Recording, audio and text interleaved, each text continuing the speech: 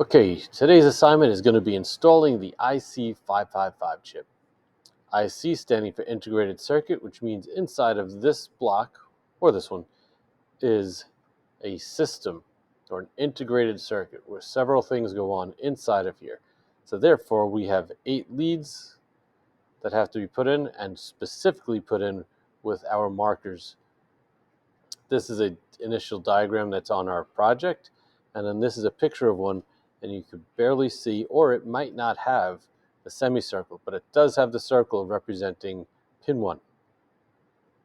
Okay, if you go through the instructions, you look, that's what it's going to look like on your board.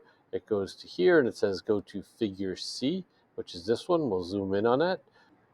It states to mount the IC1 into the location shown below into the PC board.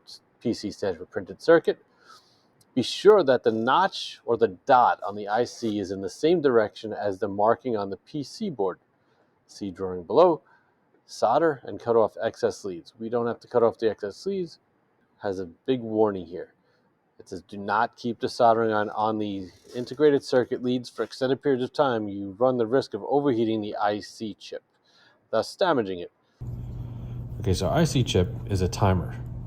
It switches things on and off, and it's imperative that we have these set up properly. So they have a semicircle cut in right here.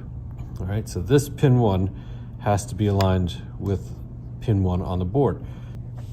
Okay, so there's our board.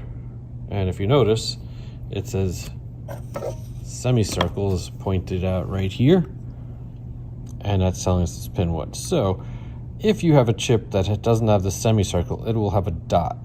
Some have both. Here's our IC chip. We could turn it this way so we could... Okay, we just showed that we have our semicircle and the number 1. So to make sure we have it aligned right, you should take this out of the foam pad and it should slide right in. The most difficult part we're going to have is keeping this unit in. If you did not put your capacitors in yet, you'll be able to flip this over and it'll work just fine. If not, you are going to use a piece of masking tape to hold it down. Okay, and you could see the pins are sticking out. And we're going to solder those pins 8 individual solder joints. Now that our solder pins are showing up, we are going to put a bubble on, just like always. My tip's getting a little dirty. All right, make it shiny. Touch the 2 together. Both pins, 1,000, 2,000. Add your solder, fill it in. One's done. And then they all should be individual. Little Hershey's Kisses. Okay, so this is a very fast process. At this point, you guys should be good at soldering. If you're not, take your time. And then